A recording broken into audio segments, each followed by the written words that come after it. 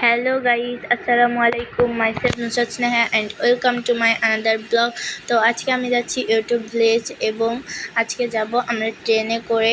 তো দেখতে পাচ্ছেন কত ভিড় ট্রেন স্টেশনে, ট্রেনের মাথায়ও আর কি সবাই উঠে আসে। তো ট্রেন থেকে চলে আসলাম ট্রেনে করে, আমরা ইউটিউব ভিলেজে যাচ্ছি এখন। তো ট্রেন রাস্তার পাশ দিয়েই আমাদেরকে যেতে হচ্ছিল, কারণ আমরা শর্টকাট খুঁজছিলাম এবং ভ্যানওয়ালা বলল যে এদিক দিয়ে গেলে আর কি 1 ঘন্টার ভিতরে চলে আসতে পারবো। তো দেখতেই পাচ্ছেন আমরা মাঠ দিয়ে কত সুন্দর করে কত সুন্দর প্রাকৃতিক দৃশ্য দেখতে দেখতে যাচ্ছিলাম। তো আপনারাও দেখেন কত সুন্দর প্রাকৃতিক দৃশ্য। তো মাঠ থেকে অলরেডি চলে এসেছি আমরা মেন রোডে। তো এখানে এই দুই পাশ দিয়ে অনেক সুন্দর সুন্দর গাছ ছিল, একদম অনেক সুন্দর প্রাকৃতিক একটি দৃশ্য। তো চলে এসেছি ইউটিউব ভিলেজের ভিতরে, আর এখানে আবার আমার বাবা ফাহিমের সাথে একটু দুষ্টামি করছিল। তো ইউটিউব ভিলেজের গেটের ভিডিওটা আর কি নিতে মনে ছিল না, যার জন্য অনেক দুঃখিত আমি। তো দেখতেই পাচ্ছ যে ইউটিউব ভিলেজের ভিতরটা কত সুন্দর। এখানে এসে আমার অনেক ভালো লাগছে, পুরো গাছ ফুল দিয়ে ভরা। তো এখানে সানজিদাকে নিয়ে আমি একটি শর্ট ভিডিও বানাচ্ছিলাম, তো তোমরা এটা অবশ্যই দেখেছো আগে থেকেই। তারপর আমরা যেহেতু দুপুর হয়ে গিয়েছিল সেহেতু আমরা খেতে বসেছিলাম। এখানে ভালো খাবার পাওয়া যায় না, এজন্য বাসা থেকে আমার আম্মু খাবার নিয়ে এসেছিলো। আর দেখতেই পাচ্ছেন আমাদের খাওয়া প্রায় শেষ।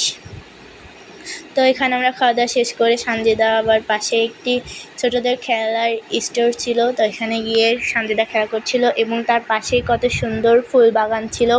এখানটা দেখে মনে হচ্ছে এখানেই থেকে যাই, কিন্তু পার্কে তো আর থাকা যায় না। তো যাই হোক, অনেক রকমের ফুল গাছ ছিল, দেখে আমার অনেক ভালো লেগেছে। তো এখানে আবার সানজিদা বলছে আমাকে এটা ঘুরিয়ে দাও। তো এটা যেহেতু অনেক কষা ছিল আর কি, শক্ত, যার জন্য আমি ঘোরাতে পারছিলাম না। তো অনেক কান্নাকাটির পরে নেমে পড়েছিল। তারপর এই পার্কের ভিতরে এক কর্নারে আর কি কচ্ছপ ছিল, যে কচ্ছপ দুটো অনেক কিউট বাট ময়লা হয়েছিল। যাই হোক, আর এখানে মাছ ছিল, এই মাছটার নাম কি আমার মনে পড়ছে না। তো যাই হোক, এখান থেকে আমার বাবা মুড়ি কিনে মাছগুলোকে খেতে দিচ্ছিল, কত বড় বড় মাছ। এই মাছ নাকি মানুষও খেয়ে ফেলে। তো যাই হোক, মাছগুলো কিন্তু অনেক সুন্দর করে মুড়ি খাচ্ছিল।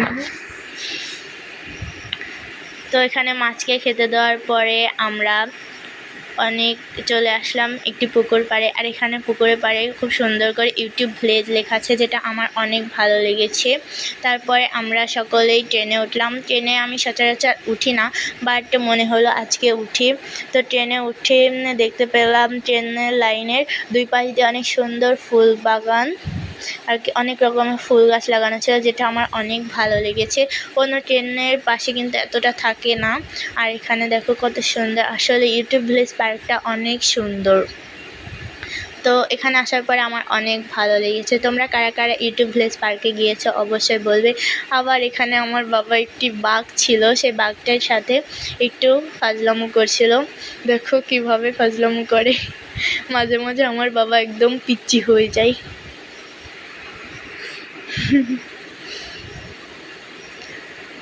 এই শর্ট ভিডিওটা আমি তোমাদেরকে দিব, তোমরা যদি কমেন্টে বলো।